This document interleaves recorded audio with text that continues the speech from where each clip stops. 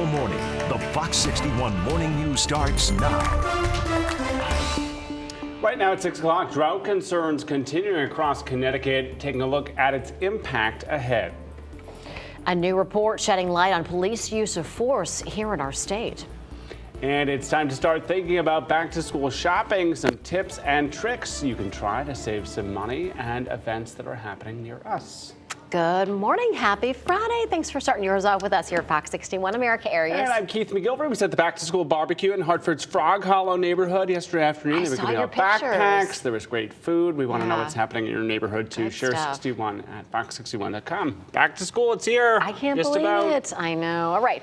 Well, as folks are maybe heading out, maybe getting the last bit of summer activities, today is a good day for it. Absolutely. Today's a great day for it. The summer is not over just yet, even though we are talking about back to school. Yes, I know, but it'll still feel very much like summer today with temperatures rising into the lower 90s for some portions of the state. It is beautiful out there. It is starting to become bright as the sun comes up just a little after 6 a.m. 64 degrees with dew points in the low 60s. Winds out of the south this morning, 5 to about 10 miles per hour. So you're looking at numbers 58 in Meriden, 59 in Waterbury, 64 in Bridgeport, and 58 in Danbury. Good morning to you. Under mostly clear conditions, and you'll see here that we are going to be bright for much of the day with winds generally out of the south this morning, moving to the north to northwest, 5 to about 15 this afternoon. High temperatures expected to rise by 1 p.m. into the upper 80s to near 90 degrees by 3 o'clock. So very warm, but the humidity stays in check. It will be slightly more humid than we were the last couple of days. That being said, we really start to see that heat and humidity rise heading into this upcoming weekend. In the meantime, you're looking at upper 80s in Chester, 87 in New Haven, 87 in Waterbury too, 90 degrees in New Milford and 91 in Windsor Locks. And if we look at the next couple of days, yes, we've been talking about this drought, and you'll notice here that we really don't have any rain chances the next 3 to 4 days. And also we're drying things out in a pretty big way with that heat and that humidity too. So unfortunately, we're not expecting any relief from the drought. And we'll take a look at that U.S. drought monitor coming up in my full forecast. But right now we want to turn things over to Lindsay Kane, who is talking about the impacts of people across the state and how the drought conditions are affecting them. Lindsay? Hi, good morning, Rachel. Well, here in the eastern part of the state, drought conditions are worse than they are in the rest of the state. Eastern Connecticut is in an extreme drought, and then other parts of the state range from severe to moderate drought conditions. Now, Governor Ned Lamont declaring stage 3 drought conditions for New London and Windham counties, and this is especially difficult for farmers, especially the owner of Paculis Farm in Brooklyn, Lou Broder. His farm grows orchard grass sold as hay. He says there should be 12 to 15 inches of grass, but they only have about 4 to 5 because of the lack of rain, a problem that will impact supply, which only adds to their list of challenges. The price of diesel fuel and fertilizer and everything that we need for the farm is just almost doubled in price, and it's getting harder and harder to make a living farming. And now when you get a year like this where we have a very poor hay crop, it's going to be a bleak winter. Paculis sells mostly to horse farms across the state and produces up to 15,000 square bales. Broder says the barn would normally be full, but this year it's only half of what it should be. Now, some communities are also under a mandatory water ban, including in Putnam, where the use of non-essential water is not allowed right now, like watering lawns and washing cars. And as Rachel said, our first chance at rain is next week, and it won't be enough to mitigate the drought conditions that we're seeing right now. Now, Lauren Zenzi is over in the CTDOT Traffic Center, and Lauren, I know that seeing and experiencing drought conditions are never a good thing, but at least hopefully today drivers aren't experiencing any problems out on the roads. Roads aren't wet. At least they're staying dry.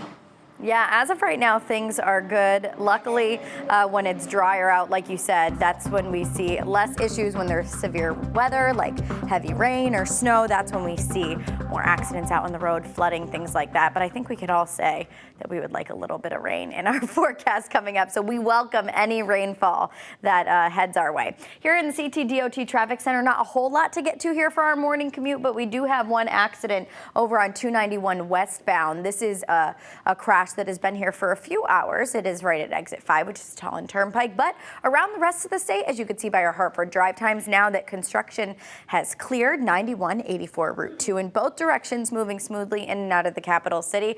As we take a live look out in Hartford, this is right as you're heading into Hartford on I-91. Things are moving smoothly. Following suit, Waterbury construction has cleaned up for the morning on I-84 east and westbound as you're approaching the Mixmaster. Some light volume, but nothing to complain about for our Friday morning commute. Down in Fairfield County, we were seeing some heavy delays down in Stamford. Still some heavier volume, but traffic is moving freely, which is great to see. Over in New Haven, things are looking good on I-95 as well. Do want to say on the rails, Metro North, Amtrak, Shoreline, East, and your Hartford line are all running on time. And just to remind you about that Hartford line, they are operating under a bus service at right now. We'll check in again coming up at 6:30, but for now, Keith, I'll send things over to you. All right, thank you, Lauren. A major update to a story we have now followed for years. Rick DeBate will spend 65 years in prison for murdering his wife Connie in their Ellington home back in 2015. He was sentenced yesterday to just three months after he was convicted in what's known as the Fitbit murder. DeBate's attorney says that there is an appeal in the works. 6:06 right now, and in Waterbury, police are identifying a suspect in the third deadly shooting in less than a week in the Brass City. The police chief says 31-year-old Joseph Whitaker of Waterbury is wanted for murder. 32-year-old Lashard Santos was shot in front of Birdie's West Indian restaurant on North Main Street early yesterday morning. Investigators say a fight broke out between Santos and someone else, which led to the shootings. Authorities reassuring the public that this week's shootings are not believed to be random acts of violence. These were certainly targeted incidents. We don't feel that our community is, in jeopardy of, a random shooting at this point in time. Anyone with information about any of the recent violence in Waterbury, please, you're urged to call Waterbury Police. A Yukon study is showing new data on the use of force by police here in Connecticut. That data from 2019 and 2020 appears to show officers here used force against black people disproportionately compared to white people. Now, out of more than 1,300 people reported to have been subjected to police use of force, about 40% were black, just making up 13% of Connecticut's population. Approximately 30% of people in use of force situations were white and 20% were Hispanic. The analysts from Yukon do say the reporting was insufficient, limited, and cannot be used for a comprehensive assessment. Now, here's a look at the police agencies in our state with the most use of force incidents. Bridgeport, which is the largest city, was first with 264 incidents, followed by Waterbury, State Police, New Haven, and then Hartford. Now, the report also says that 11 people were killed by officers using force in 2019 and 2020. Nearly 9 out of every 10 people subjected to police force were unarmed, and the majority of force used involved physical restraint. Connecticut is the second state to release use of force data after New Jersey. 6:08 now. Farmington police arresting a man in connection to a crash that killed a teenager back in June. Police saying 21-year-old Jacob Coffey speeding when he ran a red light on Colt Highway and hit a car driven by 17-year-old Luke Rue. Rue later dying from his injuries. Police say Coffey was also under the influence at the time of the crash. He was released on $250,000 bond and is due back in court next week. Police in East Haven make an arrest in connection to a fentanyl overdose that killed a 20-year-old woman. Now, the incident happened on March 10th of 2021. Police say the victim met up with Kayvon Weston Meriden to buy them narcotics before using them at home in North Haven. Shortly after that, the victim died. West has been charged with illegal sales of narcotics. He's scheduled to appear in court August 31st.